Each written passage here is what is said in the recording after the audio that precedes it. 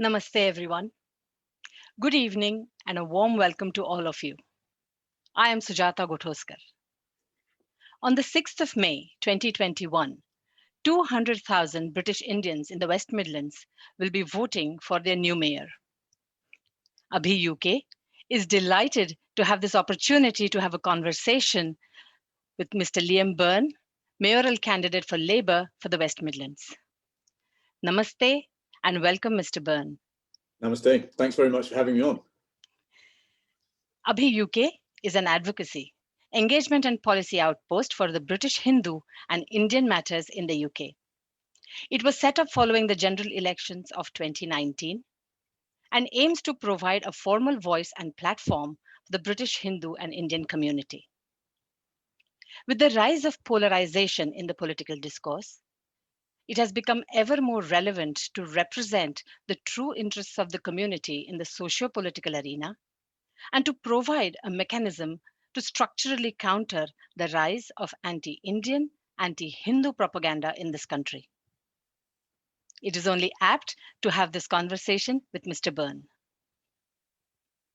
Mr. Byrne is a Member of Parliament for Birmingham Hodge Hill since 2004.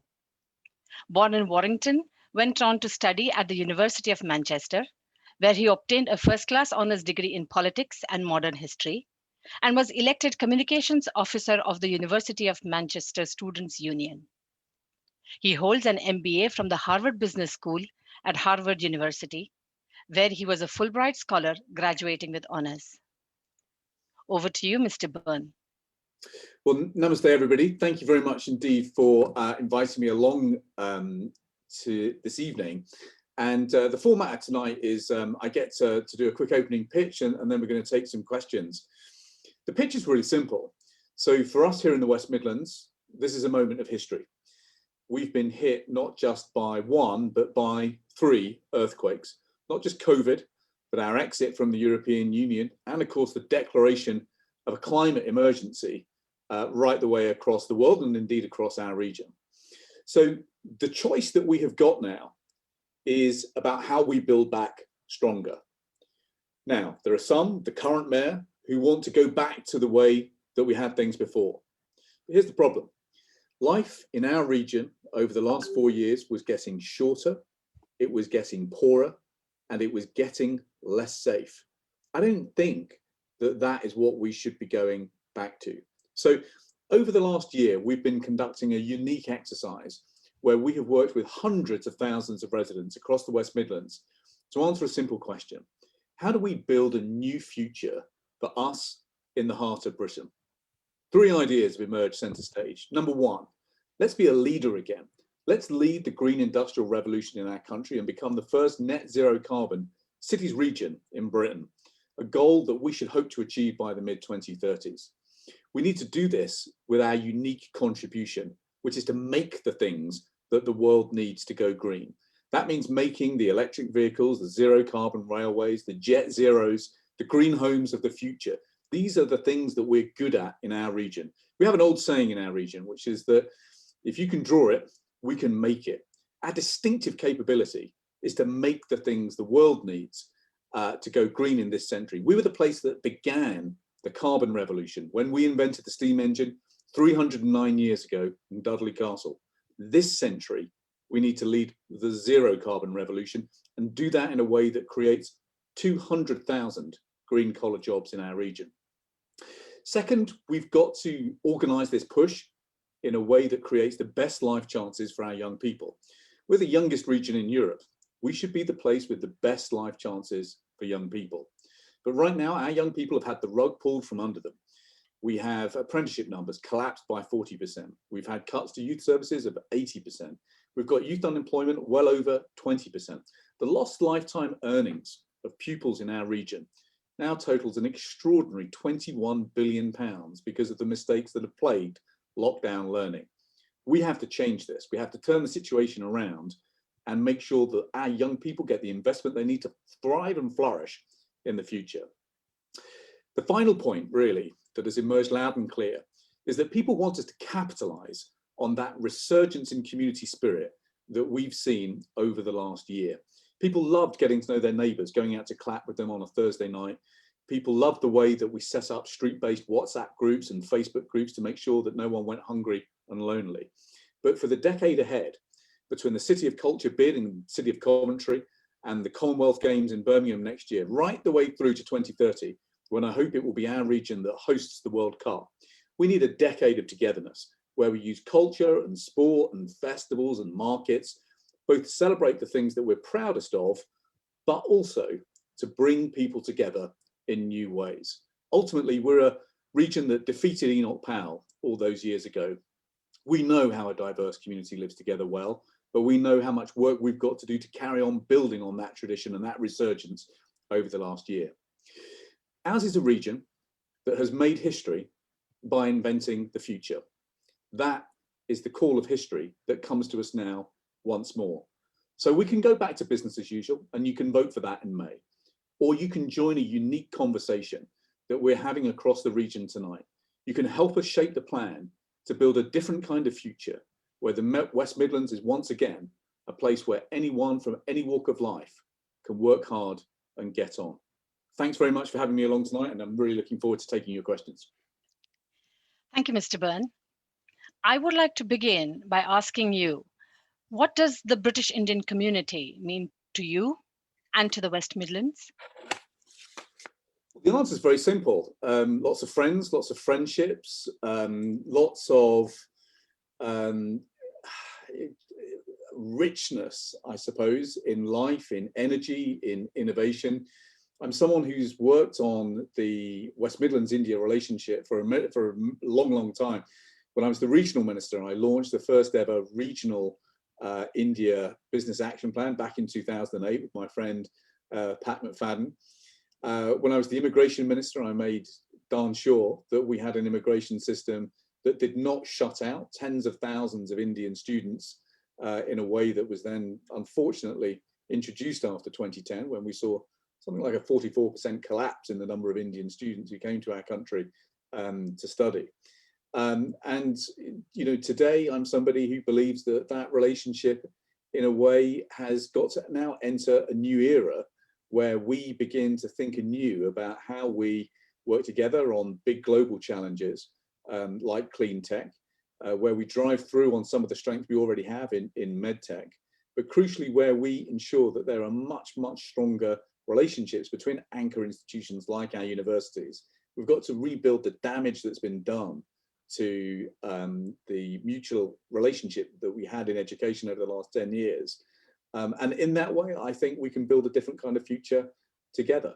So I'm really excited about the possibilities over the decade to come.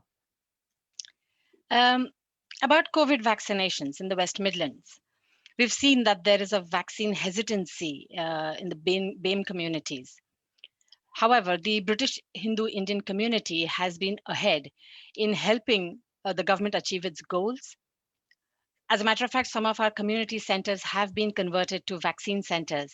How do you see that as a huge contribution from the British Hindus and the Indian community?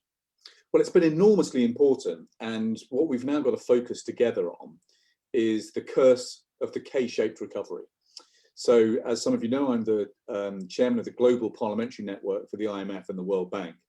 And the question that we're putting center stage in our spring meetings coming up is how we make sure that the rich don't go in one direction and the poor go in another.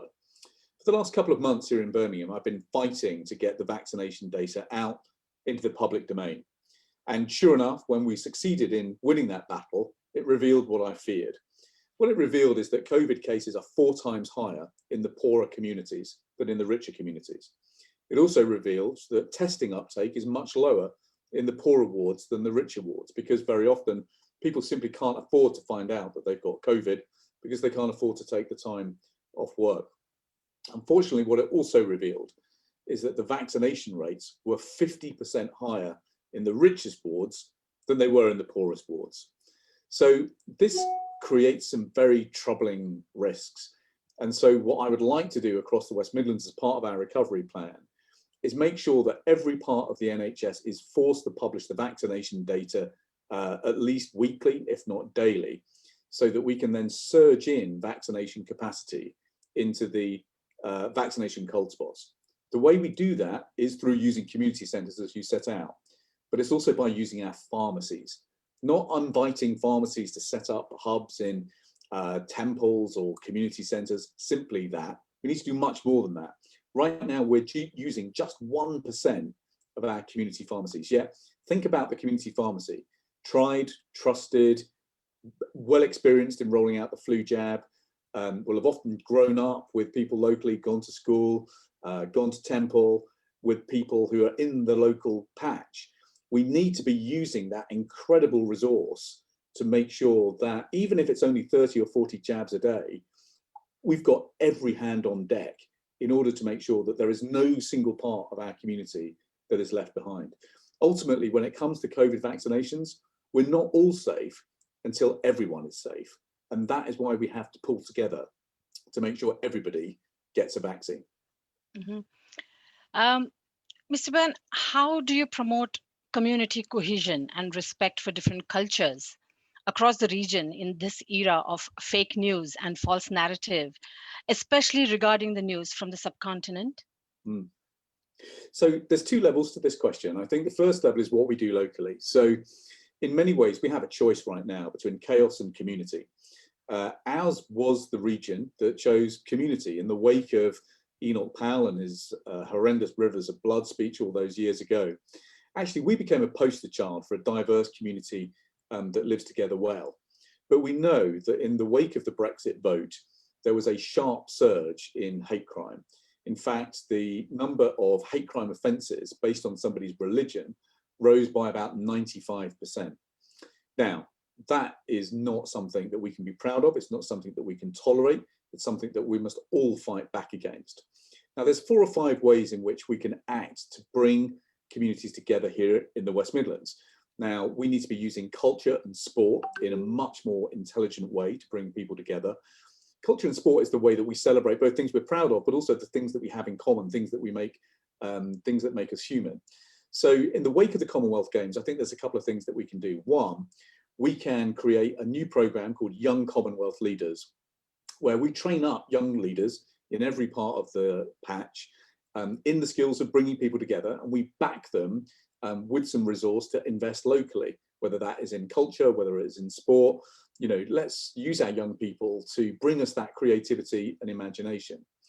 Second thing I think we need to do together is think a lot harder about how we learn together.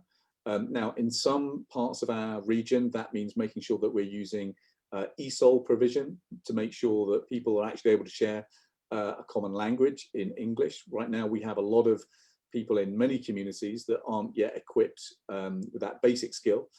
Third, I think there's something important that we can do about remembering together. I've been really struck by projects that I've seen around Commonwealth war graves, for example, when I've seen young people and their attitude to life here in Britain change fundamentally when they understand that they're often their great-grandparents or grandparents, great aunts and great uncles fought together with the allies around the world against the Nazis in World War II, but also against the Axis powers in World War I. There's a lot that we can do to help people understand that this was a joint and several enterprise. And I think that is something, there's some good practice going on in schools that we can build on. I think in terms of the wider discourse that you rightly flagged, the best place to understand this is actually in NATO Stratcom in the Baltic, which is NATO's epicenter for understanding misinformation, disinformation in the online environment. I visited there 2 or 3 years ago, and it was there that I really understood for the first time the way that these narratives are systematically stoked by foreign powers like Russia in order to set one part of the community against another. And crucially, it led me to then argue in the House of Commons for a very different way of regulating social media platforms. So I'm a firm advocate of some of the laws pioneered in Germany called NetzDG laws. We proposed to the government the idea of a duty of care on social media platforms, which is good to see them actually take up and put in the online harms bill. So look, this is going to be something that is going to bedevil, I think, much of our lives over the next 10 to 20 years. But ultimately, you know, people have got to kind of think about the last year that we had together, think about the way that we saw really clearly that communities that look out for each other are safer and stronger. And that's the ethos, that's the ethic, that's the spirit of the West Midlands that we've got to build on for the years ahead. Mm-hmm. Mm-hmm. You mentioned in your webinars that you would like to bring back manufacturing to the West Midlands to revitalize the West Midlands ailing car industry by positioning it at the heart of the British electric vehicle manufacturing, because it will create jobs and economy will do better. How do you plan to do that? Well, by making the things that we need to go green. So a great example was the Very Light Rail facility that I visited in Dudley this morning. So this facility is in the shadow of Dudley Castle, where Thomas Newcomen, roundabouts there, demonstrated the first atmospheric steam engine 309 years ago. So this has been a long tradition for us of making power systems, engineering systems. And what's quite interesting is that we're doing a lot of this cutting edge technology together with partnerships in India. So I remember meeting Ratan Tata, I don't know, 10, 15 years ago now, and just understanding how the culture of innovation that characterized businesses like Tata worked very, very well with the kind of spirit that we have here in the West Midlands. So think about a metal triangle between, let's say, Coventry and Birmingham, up to Derby and Nottingham, over to Stoke, down through the Black Country and back again. That is actually the place that makes the electric vehicles, makes the zero carbon railways, and could be making the jet zeros of the future. We were once known as the workshop of the world. This century, we need to be the green workshop of a greener planet. So using the power of public procurement to invest in things like Very Light Rail are some of the ways in which we make markets for a lot of the technologies that we happen to be really good at here in the West Midlands. So there are things that we can do, I think, to deploy Very Light Rail very quickly. Crucially, we need to win the bid for a huge gigafactory to make the car batteries for electric vehicles of the future. And we need to do a lot more to be supporting some of our big aerospace firms like Meggitt in leading this almost renewal of the aviation industry as aviation tries to begin flying the jet zeros of the future. Okay. You say in your manifesto, you say that your manifesto is a radical manifesto, and we need a metro mayor who turns ideals, values, or compassion into action. What do you mean by that? Well, making sure that we're looking after each other, really. So, I, as some people know, went through quite a difficult personal experience about 5 years ago. So I'm the child of an alcoholic. My dad fell into that abyss after he lost my mum to cancer, when my mum was just 55, a couple of years older than me. And, I did whatever I could to support my dad over that kind of long period of his decline. And when he died, it devastated me. And I began in the wake of that working with the homeless community in Birmingham. And I discovered that many people were self-medicating trauma with drugs and alcohol in exactly the same way that my dad was. And then I got to one morning a couple of years ago, I was out with a church group who looks after people on a Sunday morning. We were in the underpass between New Street and Moore Street Station, and we met a man there called Richard. He was a double amputee. He was lying on the ground next to his wheelchair in acute pain, still dressed in a hospital gown with a hospital tag on his wrist. It took us 2 hours to get that poor chap an ambulance. And that for me was the breaking point, because look, Birmingham, the centre of Birmingham is doing okay. You've got cranes in the sky, people are building things, but I don't think it's good enough. I don't think it's acceptable if we've got cranes in the sky but homeless people dying in the doorways. I don't think that's acceptable. We're the 6th richest country on earth, and we can't find homes and food for all of our people.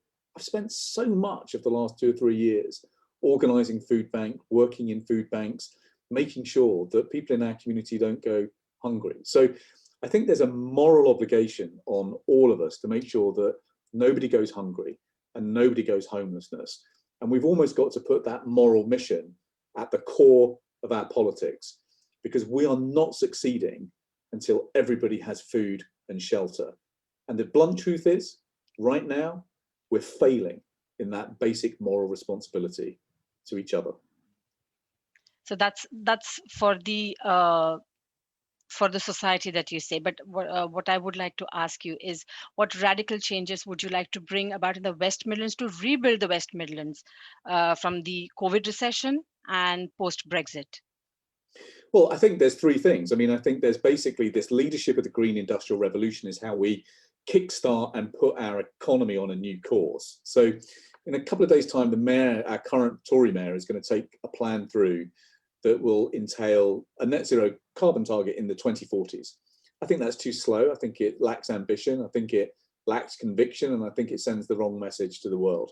I want to be able to walk into COP26 in Glasgow in November and say, we in the West Midlands, we started the Industrial Revolution, and we're now going to lead the Green Industrial Revolution. So moving the target forward with an industrial policy aligned to it is the way in which we get our share of the 2 million green collar jobs that the government says it wants to create by 2030. So that's about 200,000 green collar jobs for us in the region. Second, we've got to overhaul the way that we are investing in our young people. That means crucially beginning to replace youth workers back in every neighbourhood. It means listening to the Royal Academy of Engineering and putting in place a programme for tomorrow's engineers and creatives that brings together our schools and our colleges and our universities to create a hardwired pathway into some of these jobs for the future. And then it means, in the wake of the City of Culture bid in Coventry and the Commonwealth Games in Birmingham and Sandwell, using culture and sport much more strategically to bring people together, not just in the city centre, but in the suburbs. If we get those three things right, we will put our future on a different course. But through all of that has got to be a moral mission to end homelessness, make homelessness history, and to make sure that nobody in our region goes hungry. So creating a right to food and creating a homelessness bill of rights are two very practical ways that we can put in place structure, investment, resource, and mobilise communities around fulfilling our basic moral responsibilities. And what challenges do you foresee in that? Well, money will be a big one and power will be a second.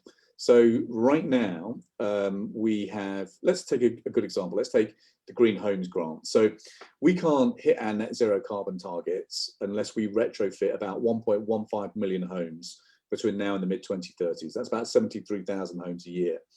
At the moment, the government has got a Green Homes Grant that is organised from Westminster that has been a catastrophe. It's been a complete failure. It'd be much easier if they gave the money to the West Midlands Combined Authority so that we could organise the programme for them. Or let's take power. We spend about £10 billion on power in the region each year. About 98% of that spend leaves the region. And we have businesses in the Black Country that literally experience power cuts in the middle of the day. So we need devolved control over the power to regulate companies that are generating electricity, but also Western Power, who are distributing the electricity, so that we can actually ensure that they're delivering on the priorities that we have to build a network of green development zones right the way across the region. So, you know, I've been in the cabinet. I've run number 10 during the great financial crisis for Gordon Brown. I helped run the Treasury for Alistair Darling during the recovery. I know the centre of government inside out. But what I know is that you cannot run these big complex programmes from the centre of London. You need to get control. You need to get control of the money and control of the power out onto the ground where we can use it to deliver complex change. Indian businesses in the UK, Indian UK businesses contribute to nearly £76 billion as of 2019, which is a huge amount.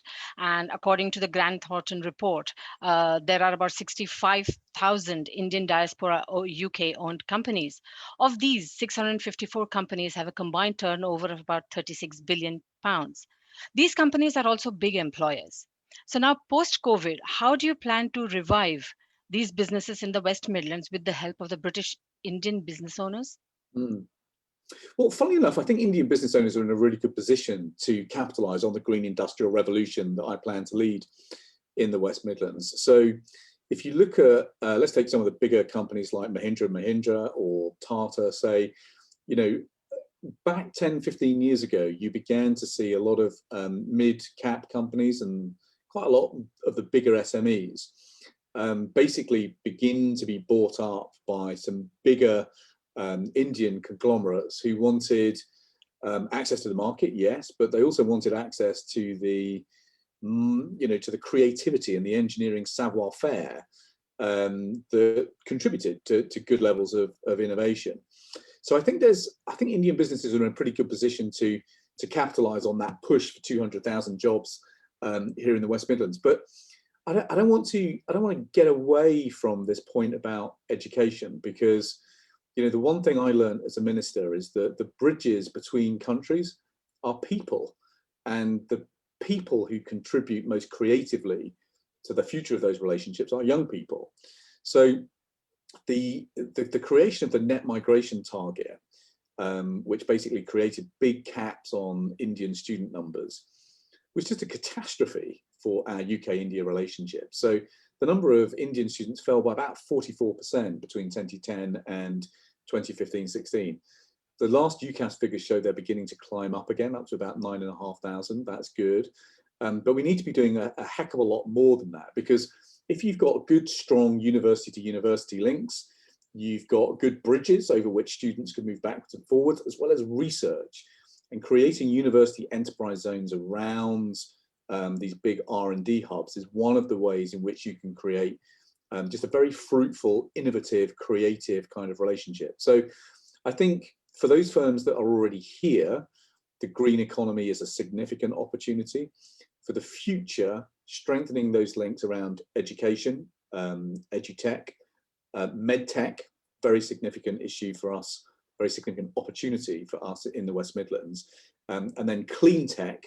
Those would be, my big sort of 3 priority areas where I can foresee some really quite exciting growth for the years to come.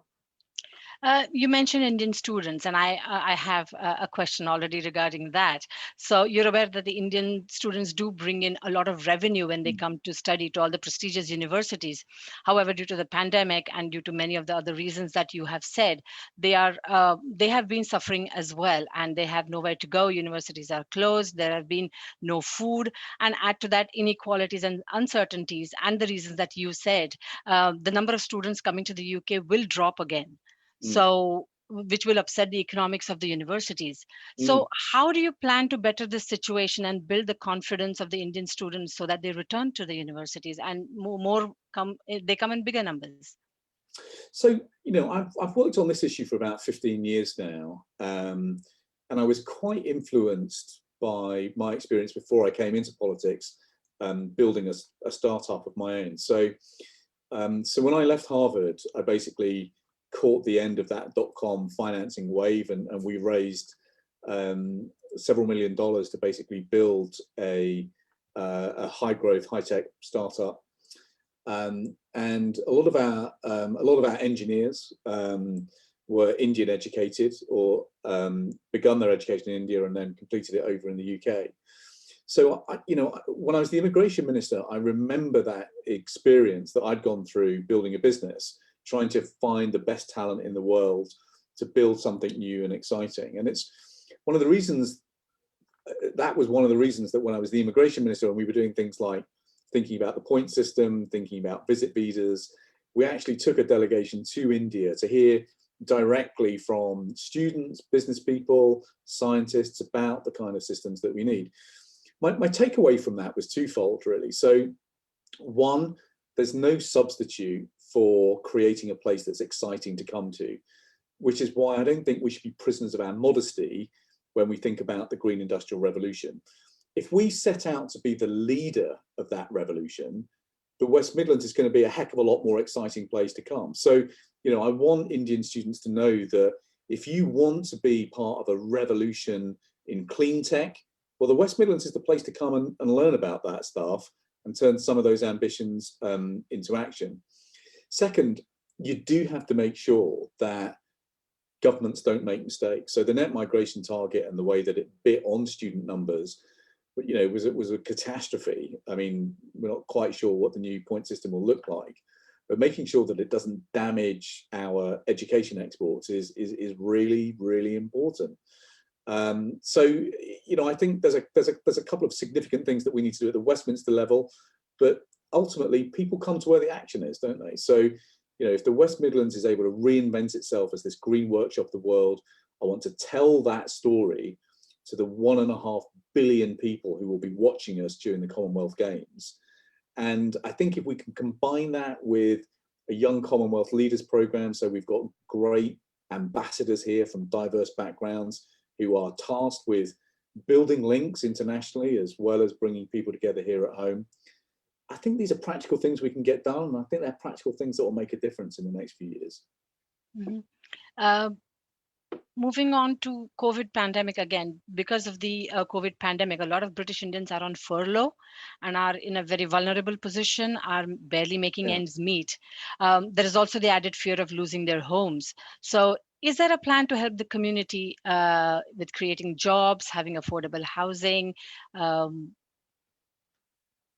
Yeah, so Birmingham, I think, has more people on furlough than any other local authority. And what people sometimes forget and what gets missed in some of the media reporting is that there are many more women on furlough than men. And obviously, a lot of that is in the hospitality sector, which has been hit particularly hard. So the bad news, let me get the bad news out of the way first. So the budget predicted that there'll be about another 30% increase in unemployment this year. If that's true, that could mean that another 50,000 people in the West Midlands lose their jobs. So there's 2 or 3 things that we need to do to safeguard ourselves against that. One, we actually need a proper jobs task force to mobilise the public contracts we've got in the region into local businesses. So if you take the Commonwealth Games, for example, up at Alexander Stadium, Commonwealth Games has routed about £100 million of spending into local firms. But the Commonwealth Games is just a fraction of public spending across the region. So what a jobs task force could do is take a very rapid audit of all the public contracts that we have in the West Midlands to explore what could be routed through to local firms to safeguard jobs for the future. Second, we need to be able to retrain people. At the moment, we have an apprenticeship system that has collapsed. Apprenticeship numbers are down by about 40% before COVID. And you've got surpluses. I mean, it's almost too shocking to describe, but at the moment, the Department for Education is giving apprenticeship money back to the Treasury because they haven't spent it. That's crazy. They need to be allowing us to recycle that money so that we can retrain people for the new vacancies that will emerge once lockdown ends. And then the third thing you say on housing is absolutely bang on the money, because the number of homes that we're building for social rent has fallen by 75% since 2010. I mean, it's been a catastrophe. Most of the affordable home targets in the region are being missed by a mile, and we're falling well short of the forecast numbers that we need to build over the next 10 years. So what we need the combined authority and the mayor to do is to actually refocus with a mission to transform the number of affordable homes we're building and the number of homes we're building for social rent. And that will be the foundation of my housing policy for the years to come. Mm-hmm. A survey by Insight UK states that 93% and 93% of the respondents of the survey say that students are not offered Hinduism as a subject at GCSEs. The same goes for taking holidays for festivals. So how do you see that changing? What plans do you have in motion or in your planning to reduce these inequalities? Interesting. I was not aware of that survey. That sounds very interesting. So I think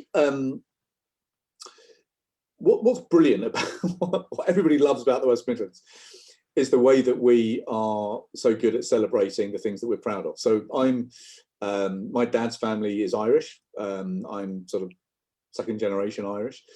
We have a great party each year to celebrate St. Patrick's Day. I've got many Hindu friends who celebrate that with me. But that is a really significant moment for us in the Irish community, because it's a chance to kind of let our hair down if we've got any of it, and just celebrate the things that we've got some pride in. But over the last couple of years, we've not done much to invest in different communities taking up those opportunities. So we think that there is a real opportunity to bring together a single pot of funding from the Arts Council, Sport England, Football Foundation, others, to create like a fast track fund for community organisations that want to celebrate things that we're proud of and develop new ways to bring people together. I mean, if you, again, just to carry on with the example, St Patrick's Day is a very, very inclusive day. People come from all corners of the city to come and help celebrate it. We should be doing a lot more of that for every community. On the festivals, on the pupils question, I'll need to research that a little bit more, and I'd welcome insight into your survey. Thank you. Climate change. This is another major issue that needs to be addressed. And you've mentioned that you would like to have e-bikes for the environment, especially around schools, being manufactured in the West Midlands, and also a Go Green initiative to be addressed. So what are the new initiatives taken by you and your office to tackle this issue? Yeah, so I made a speech this morning, which will be online soon, where that basically set out 5 or 6 big things that we've got to do. So one is about ambition. We need to be more ambitious. So we need to bring the net zero carbon target forward to the mid-2030s so that we can become the first city region to go net zero carbon. We need to align people around that target in the region. So I'll organise a COP West Midlands in the region to make sure everybody's on the same page. Second thing, then, we need devolved control of the Green Homes Grant so we can retrofit much quicker the 1.15 million homes in the region that we need to adapt and modernise. That's really good for creating jobs. The most jobs-rich investment that you can make in the green economy is in retrofitting. Third thing, then, network of green industry zones right the way across the region to help businesses go green. Fourth thing we need to do then is decarbonise the transport system. So very rapid deployment of very light rail. Very light rail is about 20% of the cost of trams. So you can basically deploy the shuttles much more pervasively and much faster. And then we need control. We need some regulatory powers over the energy system so that we can deploy renewable energy a lot faster. Final thing we need to do then is we need to actually increase the number of trees, and the tree canopy needs to go up to about 25%. And you know, next year is Her Majesty the Queen's Platinum Jubilee. So I think it would be a really nice idea if we took that idea, combined it with the Commonwealth Games, and actually began replanting across our region a Commonwealth Jubilee forest. I think that would be an extraordinary legacy of next year. And we're going to need quite a lot of parties when we get out of lockdown, and we're going to need quite a lot of things to celebrate, and we're going to need things that bring us together.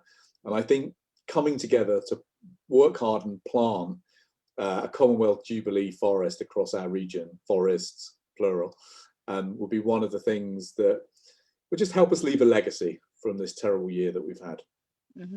Mr. Byrne, we have some questions that have been sent to us by the audience, which I shall now ask you. Hindus and Indians in politics, you are working with British Indians in your party. Can we depend on you to encourage more young British Hindus and Indians in taking up political office? Oh, for sure. I mean, I think, you know, I've brought up 3 kids in Birmingham. They kind of now run the house, and you know, sometimes I think that the sooner we can pass the baton of power over to our younger generation, the better. And for anybody who, you know, was in the centre of Birmingham watching the youth climate strikes or the Black Lives Matter protests, they were just extraordinary. You just had thousands of young people coming together to make their voices heard, to teach. So the way that they presented to each other in the square was just brilliant in terms of the education it conveyed. But, you know, I looked at these young people and I just thought, why are these young people not in public life? Why aren't they in politics? Why are we failing to create the pathways? So I think, you know, this is a political task, and, you know, a mayor is a political leader too. I've been a member of my party since I was 15. I came up through the ranks as a student politician. And so I know that there's an awful lot more that political parties need to be doing to recruit, to train the younger generation in the arts of politics. And if I'm honest with you, I don't think we're doing that well enough right now. And it's something I feel very strongly about. I think we need to be doing a lot better job in improving both our diversity and also our gender balance. If you look at the power structure of the West Midlands, it is still overwhelmingly white, male and old. And it needs to be a heck of a lot more diverse. There needs to be a lot more women at senior levels. That's why I've said my deputy mayor will be a woman. And it needs to be a heck of a lot younger. But very often it's through the political side of the business that you can drive through on those changes, not simply by changing the formal power structures in the region. Mm-hmm. Labour Party was natural home for British Indians. But in the recent times, the actions and the commentary of some politicians within your party has driven them away. And so what steps will you be taking as a mayor of West Midlands to win their trust back? Well, listening and then delivering. So, you know, so I come from an Irish family. So when my grandfather came here, you know, you used to see those signs up in the windows that said no blacks, no dogs and no Irish.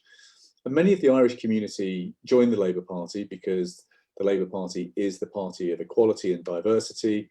We're the party of social justice. That rhymes with much of our ethical teaching that is particularly important to many faith communities. But, you know, what I hate most about political analysis is this idea that you can somehow rely on banks of votes. Politics just isn't like that. You know, when I was elected in Hodge Hill back in 2004, I had a majority of 460. And I built that to the biggest parliamentary majority in the West Midlands, not through doing anything special, but just by working hard, delivering, being honest, telling it as it is, and doing hundreds of residents' meetings all the time. You know, when I started, I used to do 2 residents' meetings a week, every single week. I dialed it down to about once a month. And, you know, what we've tried to do, and I'll share this link if I may a bit later on, but what we've tried to do with this mayoral campaign of ours is tip it upside down. So instead of me coming along with tablets of stone and saying, I think we should be doing X, Y, and Z, what we've done instead is gone out to hundreds of thousands in the region, hundreds of thousands of people in the region saying, what do you think are the priorities for the future? What are your anxieties? What are your ambitions? What are you worried about? What are your hopes and dreams? What are you worried about when it comes to your kids and your grandkids? What do you think we need to do to get some change in place, some ladders of opportunity? You know, if you come from an immigrant community like the Irish, you know, you came to Britain because you want to get on and up in life, and so you need things to help you make that happen. But just like, you know, people in the British Indian community have moved away from Labour, that's true of the Irish community. It's true for every community, because you have to earn votes. You have to earn votes. You cannot take votes for granted. And the way that you earn people's trust is by listening and then delivering on those priorities. Because at the end of the day, you know, action speaks louder than words. Mm-hmm. Now, on the matter of Kashmir, your party leader, Sir Keir Starmer, said, any constitutional issues in India are a matter for the Indian Parliament, and Kashmir is a bilateral issue for India and Pakistan to resolve peacefully. Do you agree or disagree with him? So I've been really clear about my position on this, and I want to make here a point about human rights, a point about the law, and a point about practical politics. So, I mean, so let's go first back to the instruments of accession that were signed in October 1947. They were really clear that if there were unilateral constitutional changes, that would be a breach of contract. If you read the text of the similar agreement signed in 71, 72, once again, you know, although both India and Pakistan said that they would settle their issues bilaterally, there should not be unilateral action that changed the terms of trade. Now, it's pretty difficult to look at some of the constitutional changes that have been made in India and say that actually that is not a breach either of the similar agreement or indeed the instruments of accession signed back in 1947. So that's the kind of legal point. Second, we've got to be worried, all of us have got to be worried about the human rights situation. Human rights are never a bilateral issue. Human rights are always a multilateral issue.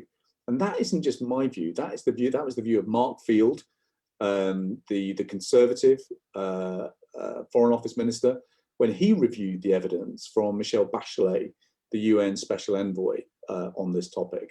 If human rights are in jeopardy, that jeopardizes all of us. All of us must be concerned about that. And all of us must remember that human rights are a multilateral issue, not a bilateral issue. Third, on the practical side, look, since 1945, there have been 295 violent international disputes. About 195 of them have been settled peacefully.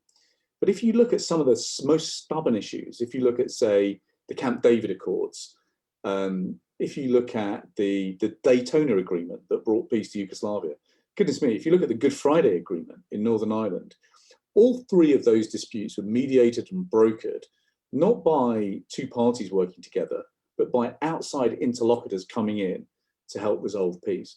So, you know, it's not for Britain here to call the shots. We're not an imperial power anymore, thank God. But, you know, we do have a responsibility as a member of the Security Council to make sure that human rights are observed. And as a practical politician who's kind of been in this business long enough to be able to speak my mind, I just think that we're going to make faster progress on the troubled issue of Kashmir, the denial of rights to people in Kashmir, if we bring in somebody from the international community to help mediate peace. That's how we did it in Northern Ireland. And I think that we would make faster progress if we used that approach in Kashmir. And I know that's not a kind of a popular opinion with anybody, but I'd rather you knew where I stood, because, as I say, I'm now old enough to speak my mind. It's a very interesting response.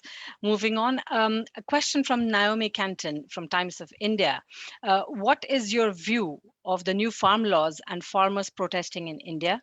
As you know, the British High Commission in Delhi was rebuked by the Indian Foreign Secretary on Tuesday following the debate in the House of Commons on Monday. Should that debate have taken place? Yeah, of course it should, because again, you know, this may not be a popular issue, but, you know, for many people, not just in the Sikh community here in Britain, but more widely, are deeply, deeply troubled by the way that these reforms have been conducted and prosecuted. And when you're talking about some of the poorest people in the world and the jeopardy in which they now foresee their livelihoods, then I think it's pretty natural for the diaspora community to speak up about it, and indeed to ask their political representatives to speak up about it. So, you know, the truth is we are now living in a world without walls to an extent. And it's unrealistic for a country, for politicians in a country like Britain, to pretend that they can't have a point of view about reforms in other countries when these issues are inflamed. Now, that cuts both ways, by the way. So, you know, sometimes when I look at some of the more pointed comments put to me on Facebook or Twitter, you know, people kind of say to me, well, you know, keep your nose out of it, focus on what's going on in Britain, you know, think about what happened in Scotland, think about what happened in Northern Ireland. Well, look, the truth is, communities around the world had plenty of views that they expressed. If you look at the US Congress debates on issues like Northern Ireland, we didn't say to America and American politicians, would you mind keeping your nose out, please? In the final eventuality, we invited in George Mitchell to help us broker peace. So I just think, you know, we are to a degree a global community, and, you know, we are now in a world where we are going to comment on what's going on in different parts of the world if we don't like the look of it. And I think, in a way, I think we just all got to grow up and appreciate that and be more realistic about that. It's just part of what being a global citizen is all about these days. Mm-hmm. A question by Dr. Kusum Pant Joshi, Chief Researcher and Press Officer of South Asian Cinema Foundation. She says, the perceived anti-India stance of many Labour MPs has soured the long-term relationship that existed between liberal-minded people of Indian origin in the UK and the UK Labour Party. It is also clear that their disillusionment with your party is alienating a large swathe of your traditional British Indian supporters, base as observed in general elections 2019. Doesn't that bother you? How would you reach out to the Indian diaspora during your campaign? So I think there's three things to say about this. So look, the first point is that friends are candid with each other.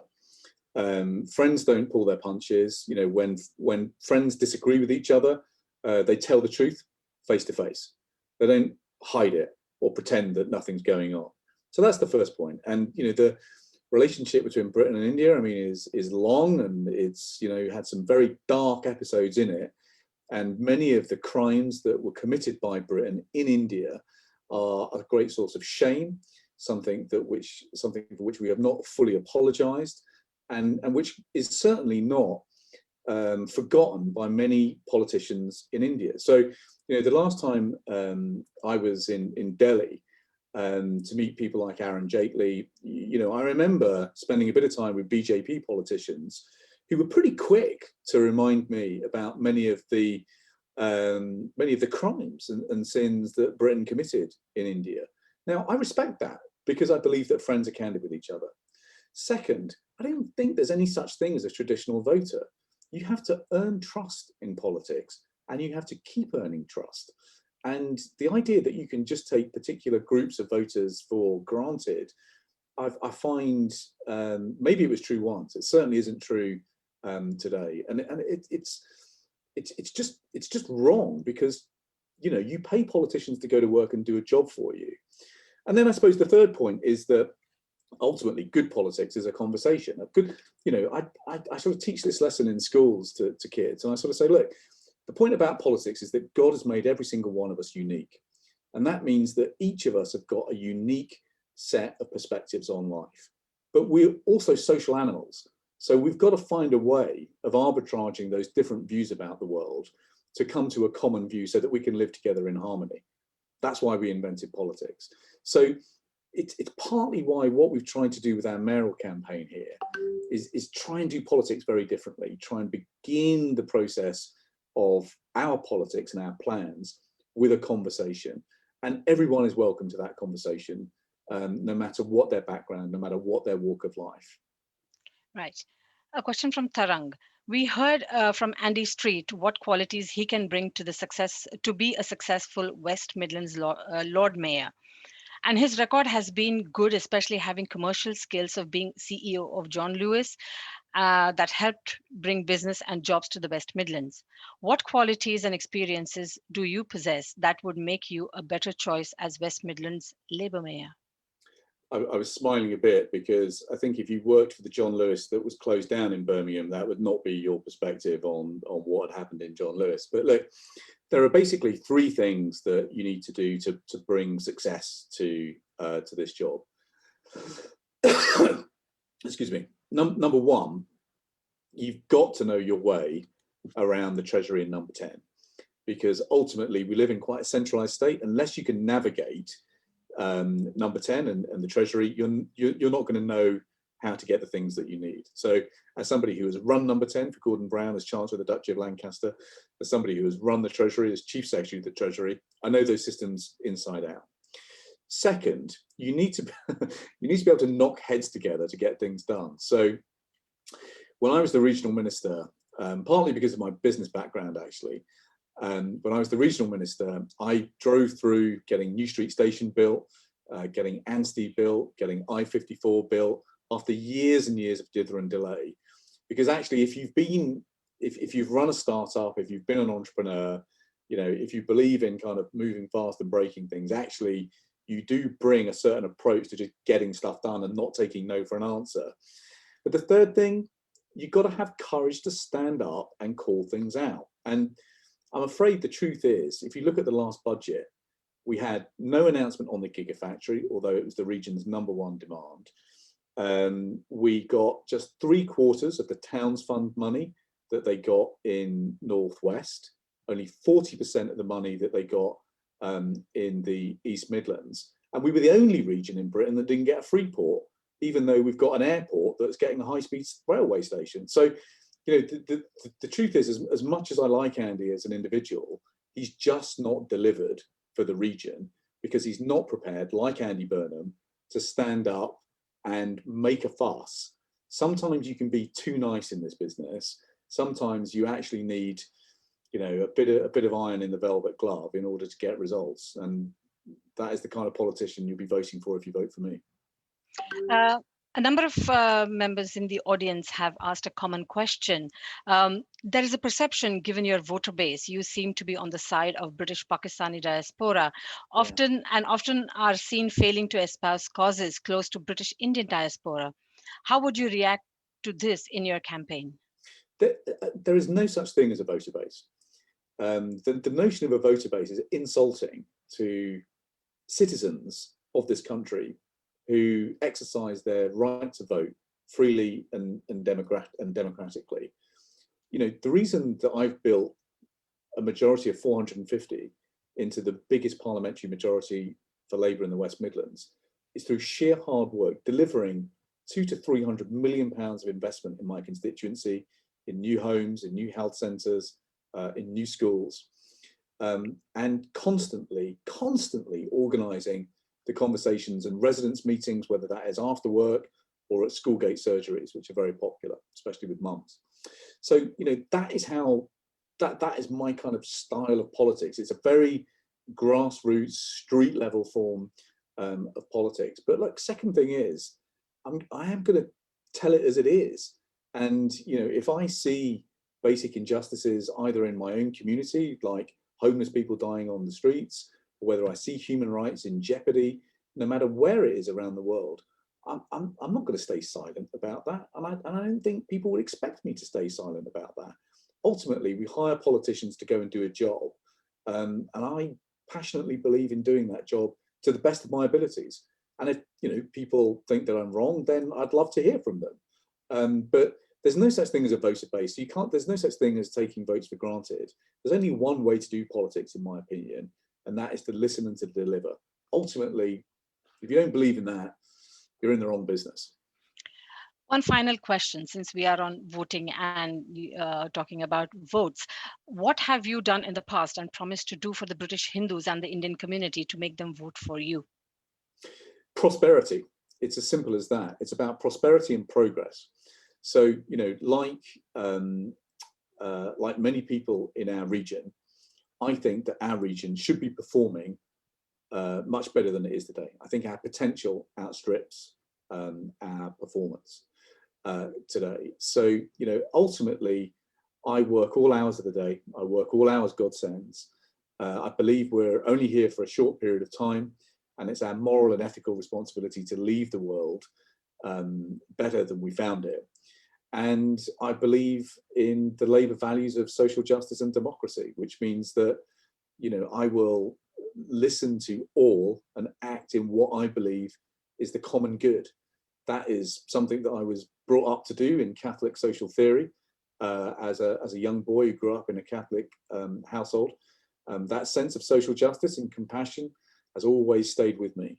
And so that's the approach, those are the values, those are the mindset that I bring to the job. And I genuinely think that I am best placed to bring together the political coalition to act, to deliver progress across the West Midlands. And I am certainly best placed to deliver, to get the things that we need from Westminster and Whitehall. Right. So having said that it's a final question, we have certain really pressing questions that we would like to ask you. No problem. You participated in a rally outside the Indian High Commission, which turned violent. A water bottle hit a three-year-old girl outside the High Commission and went into trauma. Do you condemn such heinous acts and regret being there? Well, I too was hurt in that protest. That's not something that people know, but yes, I too was hurt in that protest. So absolutely, violence is something that must be condemned, both at that protest and in all protests. You know, I'm somebody who, as I said, joined the Labour Party when I was 15. I've been somebody who has organised protest since I was a student union leader from the age of 20.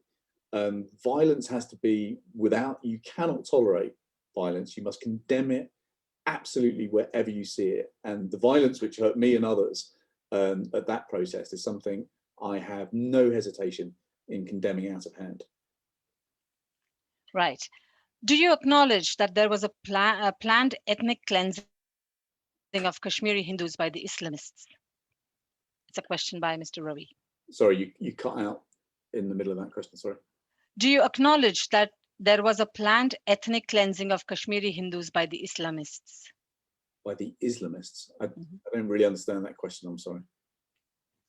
So that's a question. Maybe I will ask the gentleman to explain Yeah, properly. In the meantime, I have another question yeah. for you. Human rights issues in a region where you have the world's highest number of UN banned designated terrorists for 30 plus years due to terrorism perpetrated by Pakistanis. Doesn't it sound that we are looking at the wrong side of it? Look, I think there have been sins on both sides in the sense that I think human rights abuses have been perpetrated by all sides in Kashmir. That is why it is so important that we lift this terrible lockdown that we have in place, that does not allow free movement of the media, that does not allow free internet use, and does not allow unfettered access, both for human rights observers and indeed British parliamentarians. You know, these things are bad things happen in the dark. You know, we all know that. And I don't think that I think actually these concerns are pretty widely shared. Certainly, you know, when I meet with Congress politicians in India, on, you know, the number of trips that I've taken to India over the years, people know, especially in the judiciary, that you cannot protect human rights when you have the kind of lockdown that we have in Kashmir. And I think people need to be pretty realistic about that. I have the question that I requested the gentleman to explain. Do you acknowledge that there was planned ethnic cleansing of Kashmiri Hindus by radical Islamists in Jammu and Kashmir, with 400,000 of them ethnically exterminated from the valley? I have no insight into that, I'm afraid. Okay. So, uh, with that, we come to the end of my questions. And I thank you, Mr. Byrne, very much for this wonderful conversation. We appreciate you taking your time out of your busy schedule and having this conversation with us. ABHI UK would like to work closely with you and your office and help you in every way. ABHI UK's aim is to assist and guide influencers and policymakers in the matters concerning British Hindu and Indian community, to encourage and to support the British Indian Hindu and Indian community, to engage with the government and the political parties and create a facilitative environment for them to get involved in political discourse. I would like to thank you, Mr. Byrne, for giving us wonderful answers. I would also like to thank our audience today and to those who sent in their questions. And I do apologize that we couldn't take all your questions. If anyone would like to be a part of ABHI UK, please visit www.abhiuk.org. And we have our mayoral interview next Thursday, 18th March at the same time. Thank you very much, everyone, and have a lovely evening. Thank you.